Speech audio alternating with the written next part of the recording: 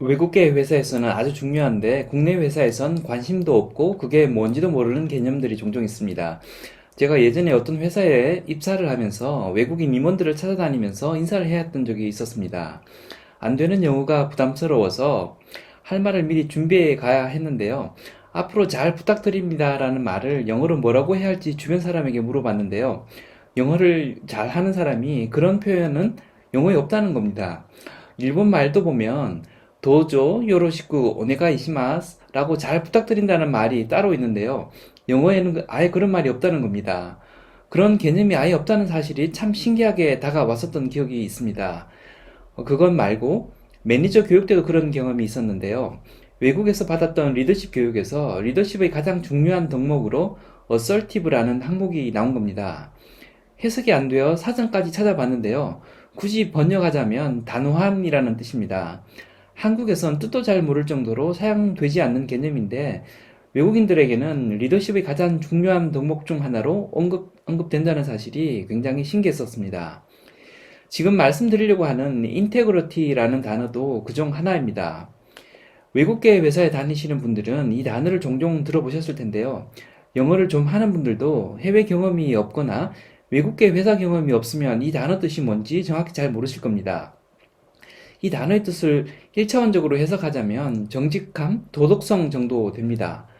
그러면 honesty나 morality 같은 쉬운 단어들을 쓰면 되는데 굳이 integrity 같은 어려운 단어들을 왜 쓸까요?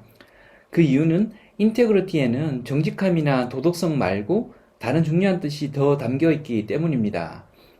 옥스퍼드 사전과 캠브리지 사전을 찾아봤는데요. 인테그리티에는 정직함이나 도덕성이라는 1차적인 의미 말고 the quality of being whole and complete 라는 두 번째 의미가 있다고 합니다. 직역을 하자면 온전하고 완전한 상태로 있으려는 자질 정도가 되겠습니다. 인테그리티는 인테저라는 그리스어를 어원으로 해서 나온 말이라고 하는데요. 프로그래밍 하는 사람들은 익숙한 단어입니다. 1, 2, 3 같은 셀 수 있는 숫자, 정수를 의미합니다. 정수는 분수와 반대되는 말로 훼손되지 않은, 흠 없는, 완벽한이라는 뜻을 가지고 있다고 합니다. 인테저에서 in은 불가능하다는 의미이고 테저는 tangible, 즉 intangible과 같은 어원이라고 하는데요. 만질 수 없는, 그래서 완전하고 순수한 이라는 의미라고 합니다. 동양적 사고방식으로 해석하자면 논어에 나오는 것처럼 임금은 임금답고 신하는 신하답고 아버지는 아버지다워야 하고 그 기대대로 온전히 행동해 주기를 기대하는 것이 인테그리티의 의미인 것으로 보입니다. 뽑을 때 회사가 기대했던 순수한 이미지 그대로 일관되게 훼손되지 않은 채 완전한 상태로 일하는 것이 인테그리티의 정의인 것이죠. 그런데 왜 인테그리티가 직장 생활을 오랫동안 안정적으로 하기 위한 첫 번째 필수 덕목인지가 중요한데요. 그 이유는 사고력이나 리더십, 학습 능력 같은 기본적인 자질들이 아무리 좋아도 인테그리티 하나 때문에 한 방에 훅 가버리는 사람들이 너무 많기 때문입니다. 뇌물이나 이성 문제로 경력이 끝나버린 정치인 같은 거창한 이야기를 하려고 하는 것은 아니고요. 사소하게 법인카드 몇만 원이나 근무 시간 한두 시간 유리하게 기재했다가 한 방에 훅 가버릴 수 있다는 이야기를 드리고 있습니다. 양심 약간 팔아서 몇십만 원 챙기려다가 인생 말아먹는 경우가 생기니 정말 조심하셔야 된다는 말씀을 드립니다. 점심을 법카로 해결하는 회사들 보면 식사 후에 커피값도 법카로 결제하는 경우가 있죠. 점심을 안 먹었으니 커피값을 법카로 써도 되는 거 아닌가? 부장님도 법카로 커피값 결제하는 거 봤으니 나도 그러면 되는 거 아닌가 하다 보면 이게 자꾸 확장됩니다. 그러다 보면 오후에 잠시 친구를 만나면서 점심값인 양 법카로 결제하는 경우가 생깁니다. 동료 직원들과 아이스크림 사 먹은 것도 법카로 올리기도 합니다. 대개 회사에선 이런 부분까지 된다 안 된다 기준을 제시하진 않죠. 남들도 하니 나도 이참에 내지는 주변 동료가 괜찮다고 하니 뭐 이 정도는 괜찮겠지 하다 보면 점점 선을 넘게 됩니다.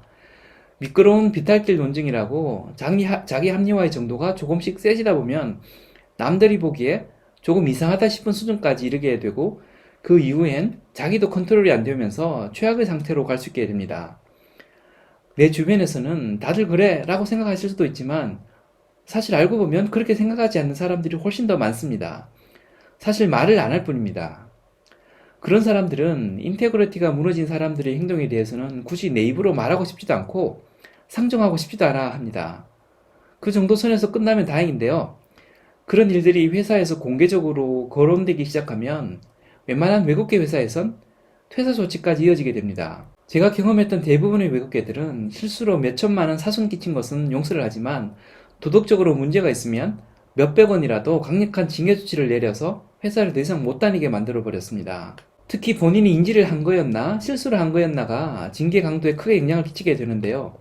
어설픈 논리로 이런 이유가 있었다라고 설득하는 것보다 미안하다, 몰랐다, 실수다라고 말하는 것이 훨씬 유리한 경우가 많습니다.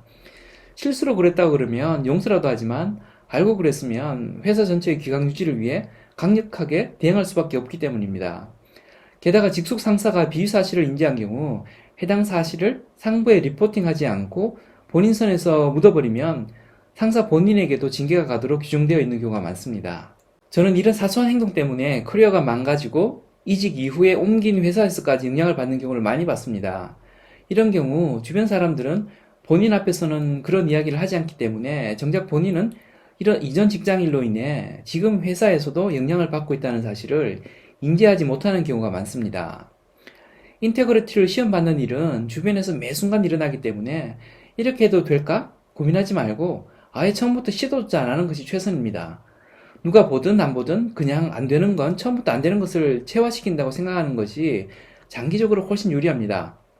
몇만 원 삥땅 치다 걸리나 몇억 해먹다 걸리나 어차피 커리어에 끼치는 임팩트는 비슷할 수 있습니다.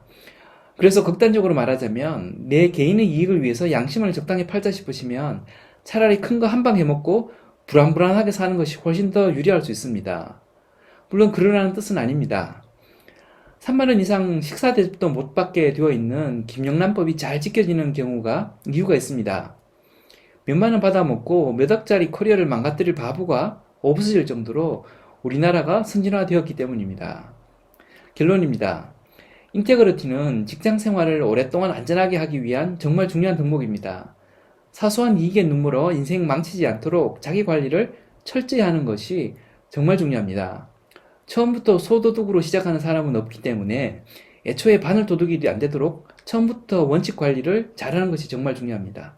지금까지 장프로였습니다. 감사합니다.